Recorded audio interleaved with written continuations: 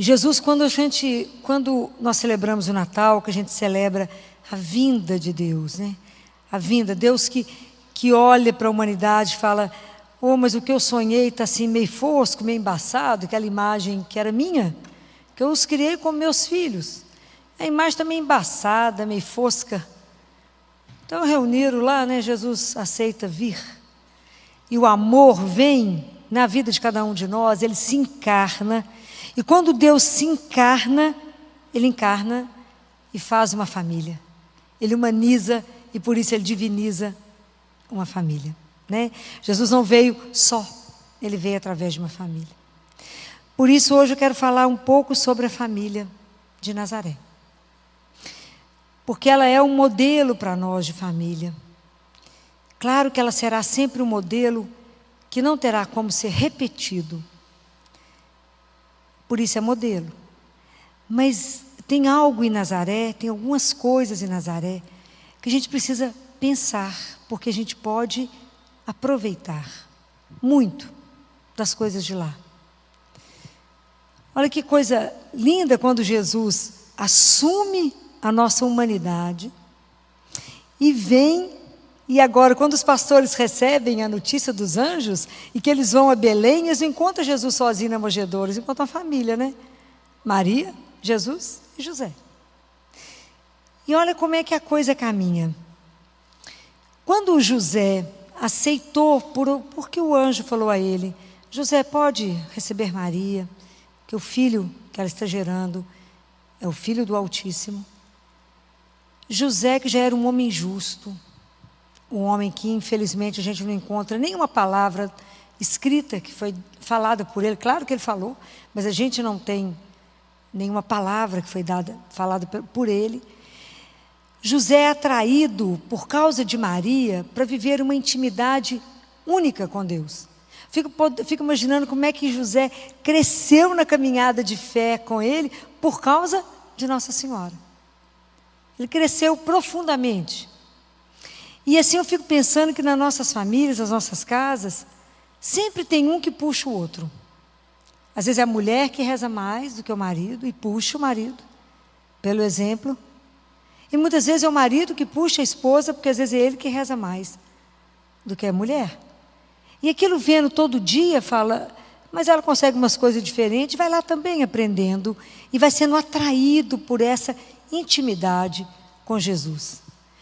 E é tão interessante que porque José viveu isso e depois com a presença de Jesus dentro de casa, pode imaginar o que foi isso, José consegue viver exatamente a vocação que o pai chama.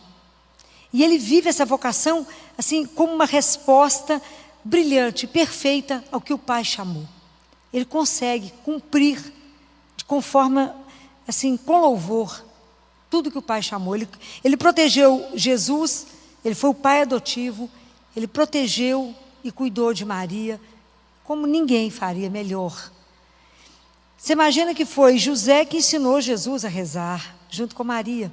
Porque como uma família cristã, a família judia também reza. Nos horários, 3 horários por dia, reza nas refeições, ia à sinagoga aos sábados e fazia as peregrinações a Jerusalém todo ano. Então a família cumpria tudo que estava prescrito na lei.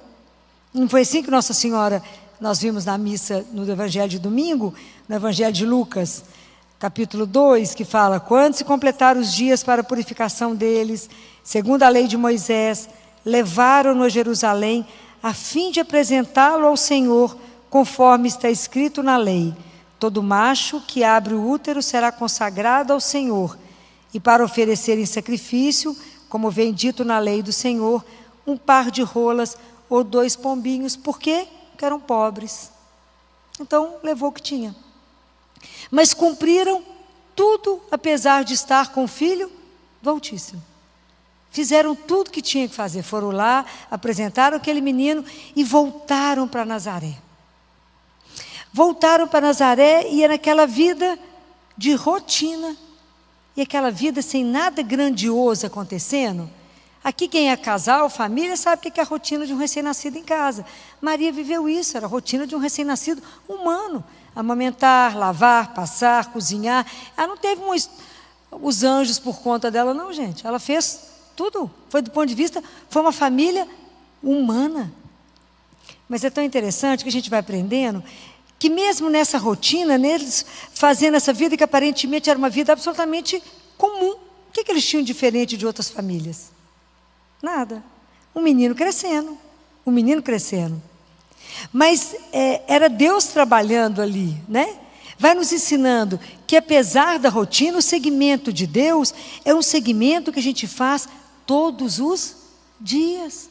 Então exige de nós uma coisa que se chama constância, perseverança. E todos os dias eu preciso repetir ao Senhor que eu quero segui-lo. Então as famílias têm que continuar fazendo isso todos os dias? Sim. Por isso é tão importante que rezem juntos, mas também rezem separados, para o seu crescimento pessoal. Aparentemente a família não tinha nada de novo.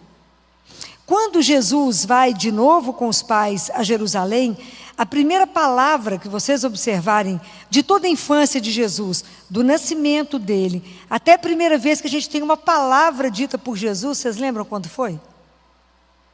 Quando ele tinha 12 anos, que ele vai para a sinagoga, não é? E ele fica perdido 3 dias. É a primeira vez que o Evangelho cita uma palavra dita por Jesus na infância. Antes disso, nós não achamos nada. Nós não sabemos quando ele falou mamãe pela primeira vez, né? Não sabemos nada. Nada é dito para nós vamos só descobrir isso depois, né? Porque eu vou perguntar isso tudo quando eu chegar lá. Quero saber. Então, é tão bonitinho, porque imagina, fica perdido 3 dias. Quando Nossa Senhora encontra ele no templo, ela fala com ele: meu filho, por que agiste assim conosco? Olha que teu pai e eu, aflitos, te procurávamos. Ele respondeu: por que me procuráveis? Não sabias que devo estar na casa do meu pai? Eles, porém, não compreenderam a palavra que ele lhes dissera. Desceu então com eles para Nazaré e era-lhes submisso. Vamos ver isso. Quando Jesus coloca isso aqui, eu fico imaginando como é que essa palavra chegou no coração de Maria e de José. Quando ele fala: por que vocês estavam procurando? O que eu fiz de errado? Eu estou na casa do meu pai. Então aqui ele tinha consciência de que era o pai dele. E o que o pai orienta sempre? Que a gente tem que estar sempre perto do pai. O que Jesus nos ensina? Orai sem cessar. O que Jesus aqui nos ensina? Que a gente, tomando consciência que somos filhos de Deus, que a gente precisa aprender a dizer que somos pai, temos um pai, não com a palavra, mas com a nossa vida.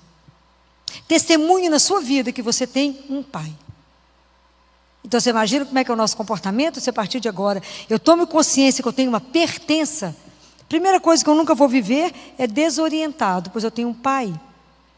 Por que eu vou viver apavorado, com medo, ou com qualquer outro sentimento que não condiz com aquele que vive diante de um pai, que sabe de tudo que nós precisamos, que sabe os fios de cabelo da nossa cabeça, que já contou tudo isso.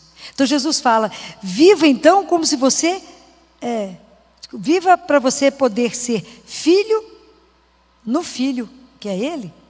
Aprenda comigo a estar sempre na casa do Pai, a estar preocupado com as coisas do Pai e a ter uma relação profunda com o Pai. Como? Pela sua vida. E é tão interessante, Santo Agostinho diz isso, né? Você quer conhecer uma pessoa? Conheça no sofrimento, que você vai descobrir exatamente onde ela está segura. Você quer saber qual é a riqueza do homem, de uma mulher?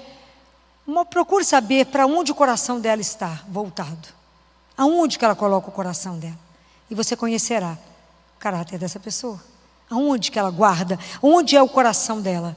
O coração dela, se é em Deus, nós podemos caminhar melhor. Então aqui ele ensina isso.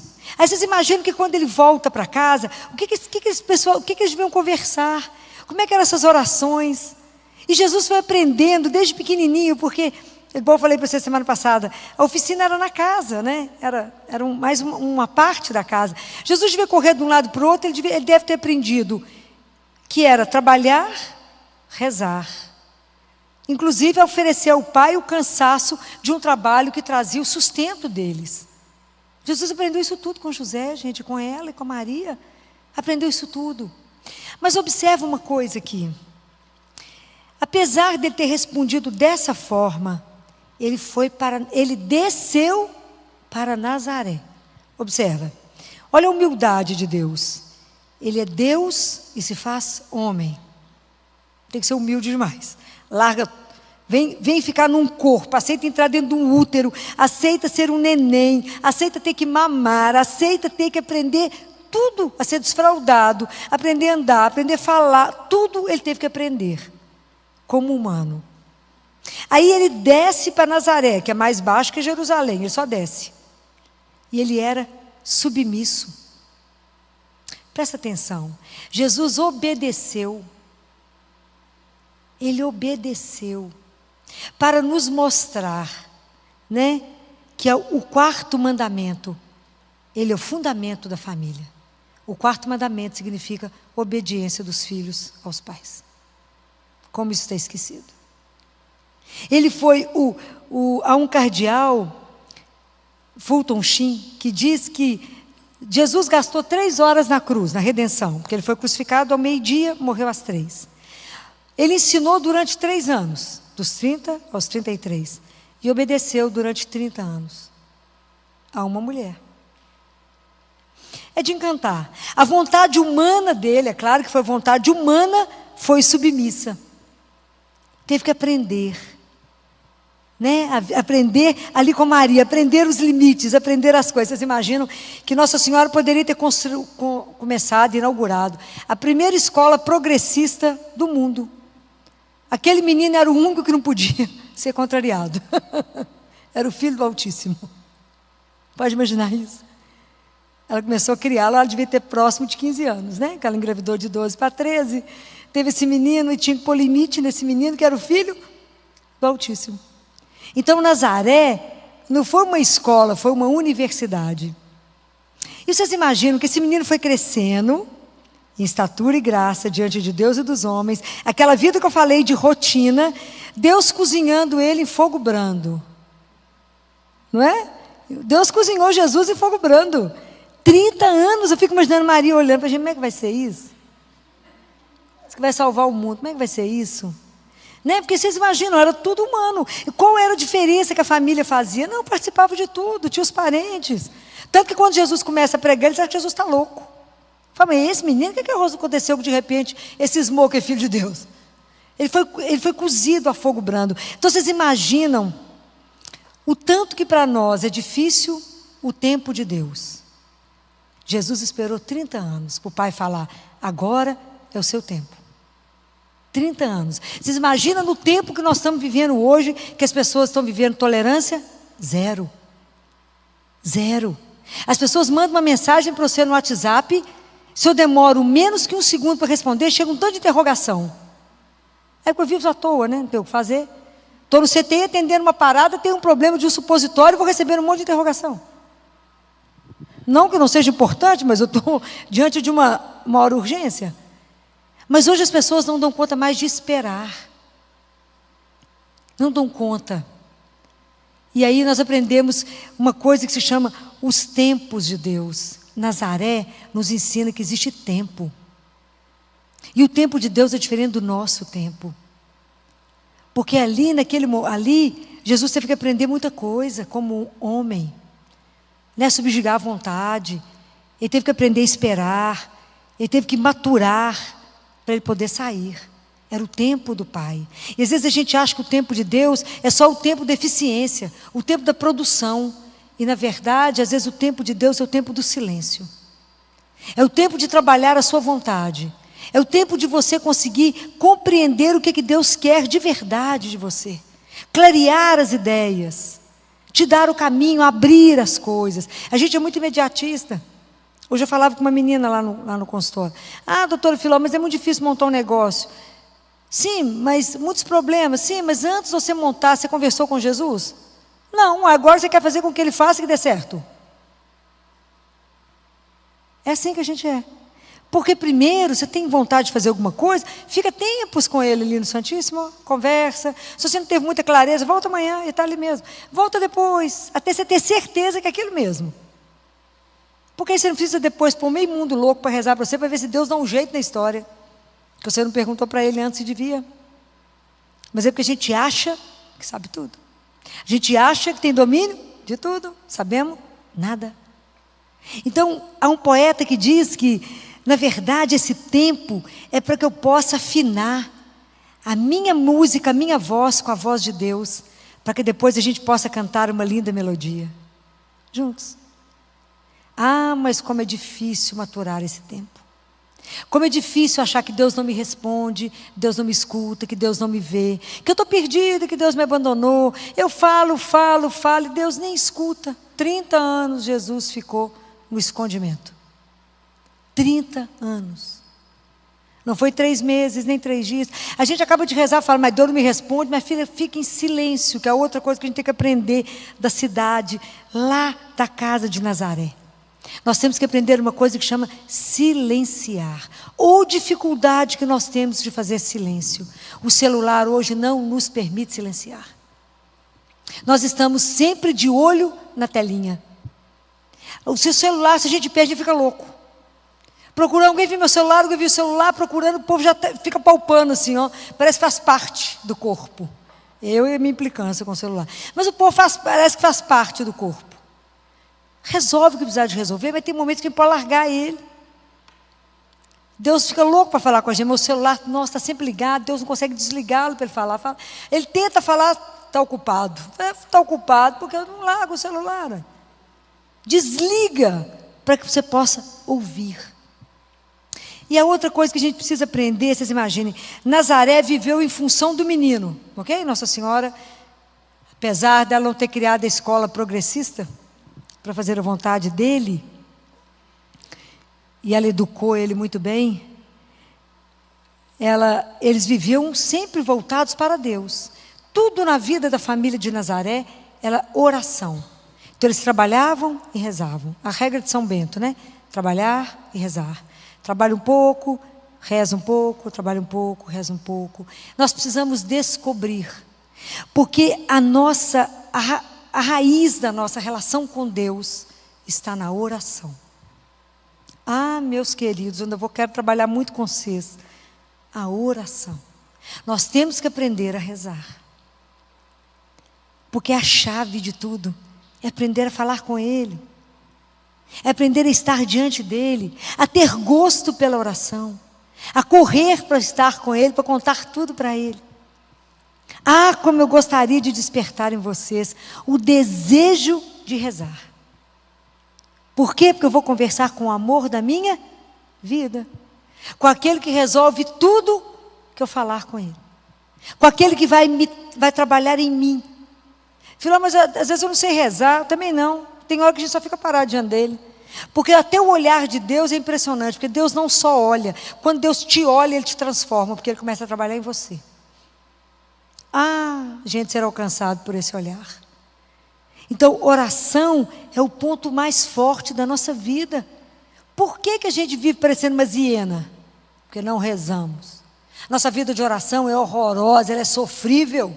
Eu vou continuar brigando com isso. Nós temos preguiça de rezar. Chama o povo para rezar um terço, continua falando, esse povo voa. Uma dor de cabeça infernal. Tem um negócio para fazer. Tem uma panela no fogo acontecendo, mas rezar um terço. Filó, o terço é muito longo. Ah, mas eu tenho uma preguiça de ficar repetindo aquilo. Mas o povo não reza. Não dobra o joelho. Nós deveríamos rezar pelo menos 3 vezes ao dia. Pelo menos. Filó não tem tempo, não tem, é só administrar. Quem é o Senhor da sua vida? É Ele, tem que dobrar o joelho. Se a gente não dobrar o joelho, as coisas não acontecem. É verdade. A gente precisa aprender a rezar mais para poder viver uma coisa que a gente não consegue traduzir, que é viver a paz. Nada te perturba. Nada te perturba. Por quê? Por causa dele.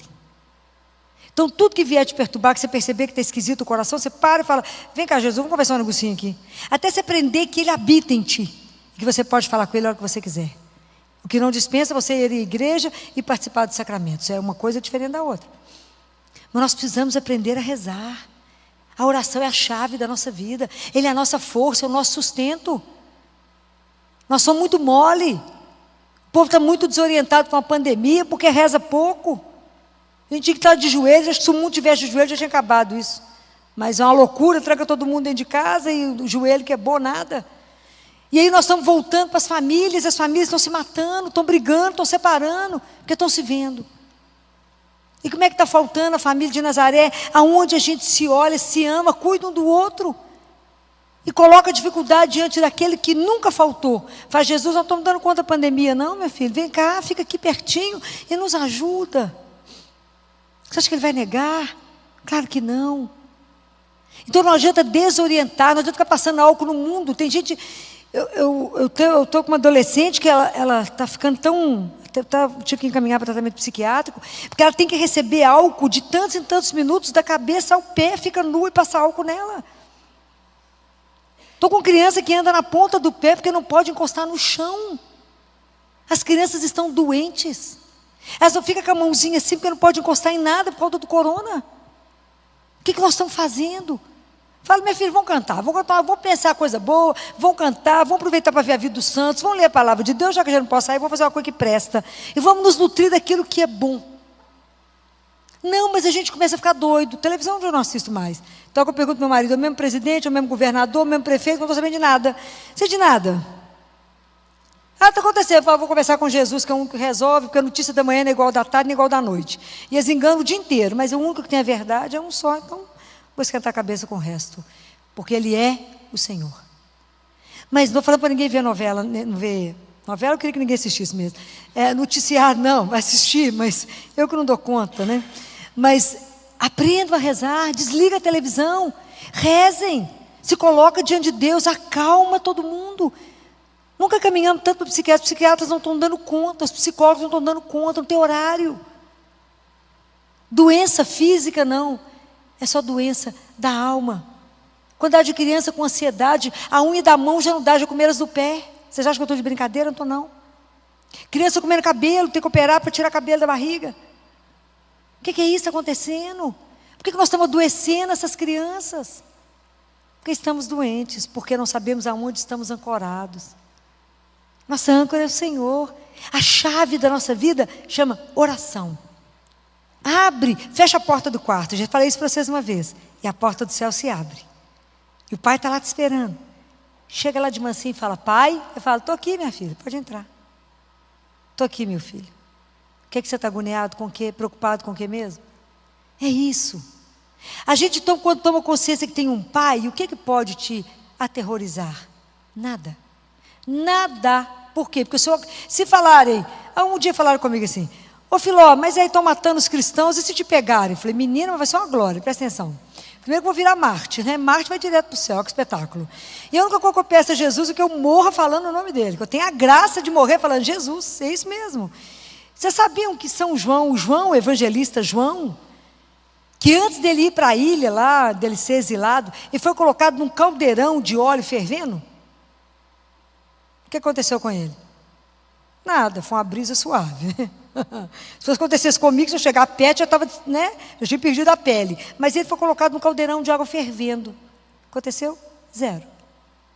Ah, gente, nós somos fraquinhos demais de fé. Eu falo: Jesus, nós vamos melhorar, né? Nós vamos precisar de melhorar na nossa caminhada. Então, eu vou insistir muito com vocês. Oração. E a outra coisa que eu quero mostrar para vocês, que Maria foi a rainha disso. Ela foi o ícone disso. Quando a gente tem um filho, vocês aqui sabem, tudo que o menino faz, você repete o dia inteiro. Faz: gente, gracinha, falou mamãe hoje. Olha que gracinha. Ele descobriu, já está na ponta do pé, está conseguindo abrir a chave do... Olha que gracinha, ele já está fazendo isso. Você fica lembrando disso, parecendo bobo. Você repete isso o dia inteiro para os colegas. Meu menino deu inteligência, que é só o meu. Inteligente. Nossa, mas um menino espetacular. Doutor Filó, você não sabe o que o menino está fazendo? Todos fazem tudo igual, na mesma época, né? Mas assim, fala: oh, é isso mesmo, que gracinha. Já bate palminha. Oh, graças a Deus bate palma, é assim mesmo. Mas a gente acha que é só o da gente que faz isso. Você imagina Maria vendo o desenvolvimento de Jesus, que era assim. Então, os olhos dela não podia tirar dele. A primeira regra que eu falo com os pais é: nunca dê as costas para o seu filho antes dele fazer 8 anos de idade. 8 anos a gente já pensa, já olha mais ou menos, que ele tem mais ou menos a noção do perigo. Mas até 8 anos de idade, nunca dê as costas para uma criança. Maria, você imagina se ela ia descolar o olho dele, que era o filho do Altíssimo? Nunca. Tirou o olho dele, não. Então Maria nos ensina a ser contemplativa. E onde que a gente pode ficar olhando para Jesus desse jeito, gente? Fazer adoração ao Santíssimo. Hoje, gente, nós estamos falhando demais. A gente precisa ir lá ver Ele. É vivinho. É Jesus vivo. Se Ele tivesse ali em corpo e alma, ali agora, para a gente ver, porque Ele está ali, corpo, sangue, alma e divindade, está ali. Mas se eu conseguisse ver, né? Nossa, só acho que ninguém saiu dessa igreja hoje. E a fila? Todo mundo tinha um assunto para falar com Ele. Imagina quem é que te descolar dali. Ninguém. E na verdade Ele está ali, vivo. Vai ver Ele. A gente não tem noção do que significa fazer uma visita a Ele. Tem um tanto de igreja aberta. Vá vê-lo. Eu te digo que eu atravesso, saio do CT igual uma louca, para ir num lugar longe ver Ele, que eu amo. Sai louca, eu chego lá e falo com Ele. Tem 15 minutos para ficar com você? Mas eu vim, só para ficar com você. Só para te fazer companhia. Geralmente eu estou sozinho, não tem ninguém. Falo, vim te fazer companhia, só um pouquinho. Vim cá te ver. Vou conversar com você, te contar o que aconteceu lá no CTI de manhã, como se eu não tivesse visto, eu tinha repeto de novo a cabeça dele.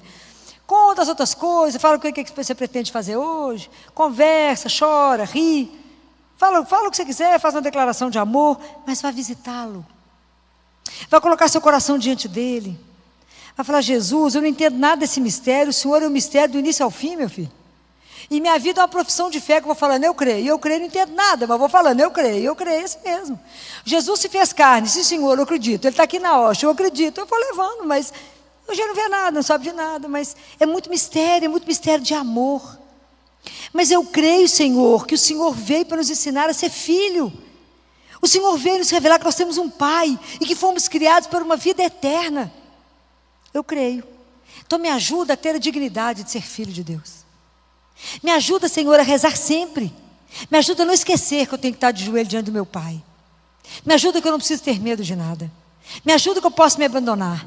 Me ajuda, Senhor, a fazer da minha família, que não vai ser uma casa de Betânia, de Nazaré, nunca, Senhor.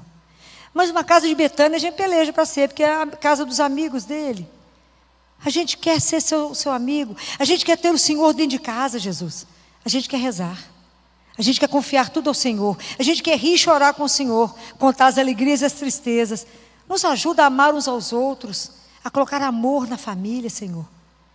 Porque às vezes tem tantas marcas que fica insuportável continuar a convivência. Nos ajuda a perdoar. Quando o marido falou uma coisa ruim, e às vezes eu quero dormir de costa para ele, e aí a gente não pode dormir de costa, porque vai que um morre de madrugada. Então é melhor pedir perdão antes que anoiteça, está na palavra de Deus. Não estou falando que morre de madrugada, mas é o que eu estou falando. Pode ter um AVC na área da fala, no outro da escuta, como é que nós conversamos depois? Então aproveita enquanto é tempo de pedir perdão. Sabe por quê? Porque o tempo que a gente está uns com os outros é pouquinho. E se Deus te fez família, eu estou vendo tanto casal, é porque o outro é um presente na sua vida. Só Deus sabe por que Ele escolheu ele, ela. O que nós temos que aprender uns dos outros? É presente. Então aprenda, extrai o melhor dele, extrai o melhor dela. Estejam juntos. Mas nunca com medo, sabendo que casamento precisa de 3. Já não casa 2, casa 3. É o amante, o amado, o amor. Ele é o amor que nos faz caminhar. É Jesus mesmo. Porque se ele sair de uma casa, meu filho, pode largar que a casa que tem Deus tem cheiro. E a gente não é uma família perfeita, mas é uma família que com o casamento de vocês, uma família hoje que se diz cristã, ela navega contra o mundo. É ser sozinha num barco carregando uma bandeirinha, eu creio, mais ninguém. Porque os nossos valores são contrários a tudo que o mundo diz. E criar filho cristão é uma guerra maior. Mas vocês nunca desistam, porque se Deus fez vocês família, não é fácil. Não tem uma família perfeita. Mas é nessa mesma que Deus deseja. Quando Jesus veio numa família, foi para santificar a família. E as famílias são os olhos de Deus. É o amor de Deus. Então nunca a graça de Deus irá faltar numa família. Senhor, está difícil demais, cara, ajuda a querer matar meu marido. Quero matar a sogra, o marido, a cunhada, todo mundo. Conta para ele. Fala, o senhor falou, não matarás, né? Então amansa meu coração, querido, porque senão eu vou matar, se não tiver a graça do Senhor. Aí quando você assusta, Deus trabalha, e Ele trabalha, de repente você está amiga da sogra, trocando até receita. Por quê? Quem fez isso? O Espírito Santo de Deus. Trabalhou. Jesus, estou dando conta desse menino, não, nós vamos pegar ele numa coça só. Não, antes de bater nele, chama Jesus. Fala, esse menino, esse adolescente é terrível, ele não quer ouvir falar do Senhor. Fala com o Senhor, nossa, eu preparei um café para te convidar, Senhor, senta aqui, põe a xícara para ele, convida ele. Fala, vou te contar tudo aquele menino que o Senhor mandou para mim, não estou dando conta dele não. E vocês verão o que Ele fará. Nunca duvidem da graça de Deus sobre uma família. Nossa Senhora nos avisou que nos últimos tempos as famílias seriam os grandes alvos do inimigo, porque ela é o grande amor de Deus. Então vocês se colhem muito, viu? Fiquem muito agarrados um no outro. Olha o que na família não está bom, mas peça a Jesus que revele. Fala, Jesus, o Senhor nos fez família, conta para nós o que na nossa caminhada não está bom. Não é cristão, Senhor, o que nós estamos fazendo. E Ele vai mostrar. Por quê? Porque vocês serão testemunhos para tantos que não acreditam nisso. Que tantos que estão vivendo de uma forma que não agrada o coração de Deus. Então vocês que são famílias cristãs, nós temos uma missão imensa. Lembrem que quando os discípulos abandonaram Jesus, que Pedro falou, Senhor, se isso acontecer alguma coisa, eu morro junto com o Senhor. Ele falou, Pedro, antes do galo cantar, meu filho, você já vai pegar 3 vezes. Que é isso, Senhor? Vai, Pedro. O único animal que não entra no céu é galo, né, gente? Porque se cantar, Pedro mata, né? Então, não tem galo no céu. Nós não vamos ver galo no céu de jeito nenhum, né? Então, mas mesmo depois que todo mundo abandonou, a não ser João, Jesus volta, depois de ressuscitado, com eles comendo, assenta na mesa, pede um pedaço de pão, come com eles. E Jesus não faz um sermão na cabeça deles assim, mas vocês me abandonaram, hein, moçada? Cada um sumiu, cada um foi para um canto, hein? Boa, bacana vocês, hein? Me largaram sozinho. Jesus falou isso? Não. Ele falou, ide e evangelizai. Ide e batizai. Em nome do Pai, do Filho e do Espírito Santo. Ele mandou a turma trabalhar. Então, vocês não tenham medo de entregar a família de vocês nas mãos de Deus. Falar, Senhor, essa miserinha mesmo nós somos. A família é assim, pouquinho, simplesinha, sabe rezar. Vive em pecado mesmo, nós somos... não gostamos de rezar, não, Jesus. É tanta coisa que nos atrai no mundo. Então, quando fala que tem uma liquidação, a gente fica louco, Senhor. A gente acha, como é que a gente viveu sem aquilo até agora, né? Coisa louca. Então, a gente desorienta. Se tem um futebol e uma missa no mesmo horário, Jesus, só perdoa, mas vou assistir o futebol. Então, o Senhor, a gente fica pior do que Judas. A gente já vendeu o Senhor por menos que 20 moedas. Como que a gente te troca, Senhor? Por nada. Por um tanto de ilusão que não nos leva a nada. Só Ele tem tudo de melhor. Então me ajuda, Senhor, com a minha família, miserável, pecadora, pequenininha. Tem um monte de Lázaro lá dentro precisando se ressuscitar. Tem um monte de Maria precisando de voltar para casa. Como o Senhor fez com a família de Betânia. Faça na minha. Às vezes é meu filho, adolescente, que está trancado num quarto, todo de preto, numa droga, que está precisando de ser ressuscitado. Às vezes é minha filha que está prostituindo e eu não estou sabendo. Nem estou vendo. Às vezes é meus meninos, Jesus, adolescentes, que estão somente se enchendo de pornografia. E aí eles não vêem sentido na vida. Porque não escuta nada que os preencha de verdade. Não enche o coração desses meninos de nada. Também na minha casa não tem nenhum filme de Deus, não conta nada uma história de um santo. E eu também não conto uma história para os meus filhos, não mostro nada para eles. Não mostro a beleza de um Deus que veio por amor. De uma família apaixonante que é a família de Nazaré. De conversar essas coisas, de falar como é que esse menino caminhou e cresceu por amor. Sabe quando é que a sua vida vai ser transformada? O dia que você entender uma frase. Está escrito assim: Jesus veio para buscar cada um de nós. Ele morreu na cruz por mim. Repita isso para você. Ele morreu por mim, porque Ele me quer num paraíso.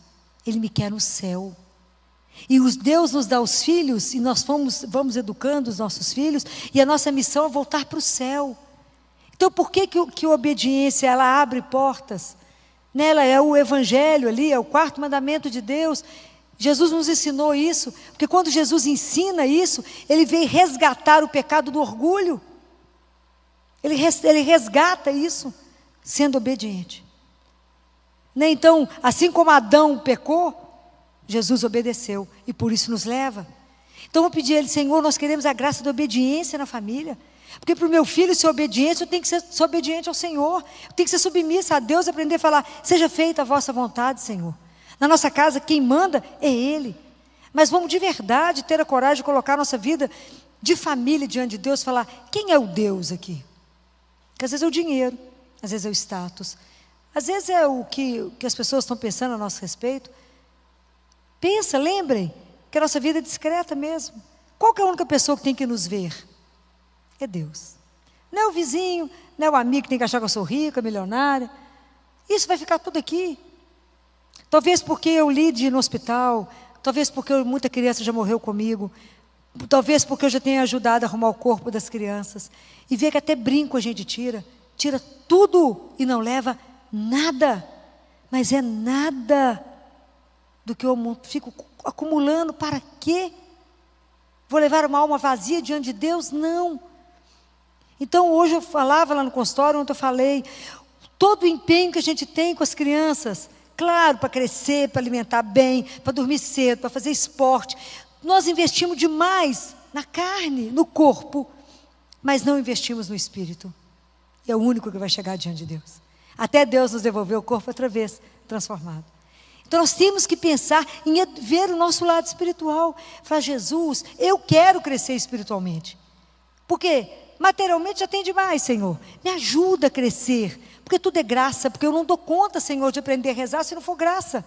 Eu não vou dar conta de rezar de madrugada, eu não vou dar conta de marcar 3 vezes ao dia para rezar, tudo vai acontecer, eu vou rezar deitado, Senhor, coberto, no escuro, mesmo que a Filó fala isso há 30 anos, que não é lugar de rezar deitado, coberto, no escuro, porque não cremos que Deus é vivo. E o que eu quero ensinar para vocês é que Jesus é vivo, e quando vocês se reunirem, quando Ele falou que uma família reúne, se 2 ou mais se reúnem em nome dEle, quem chega? Ele, e nós desprezamos isso.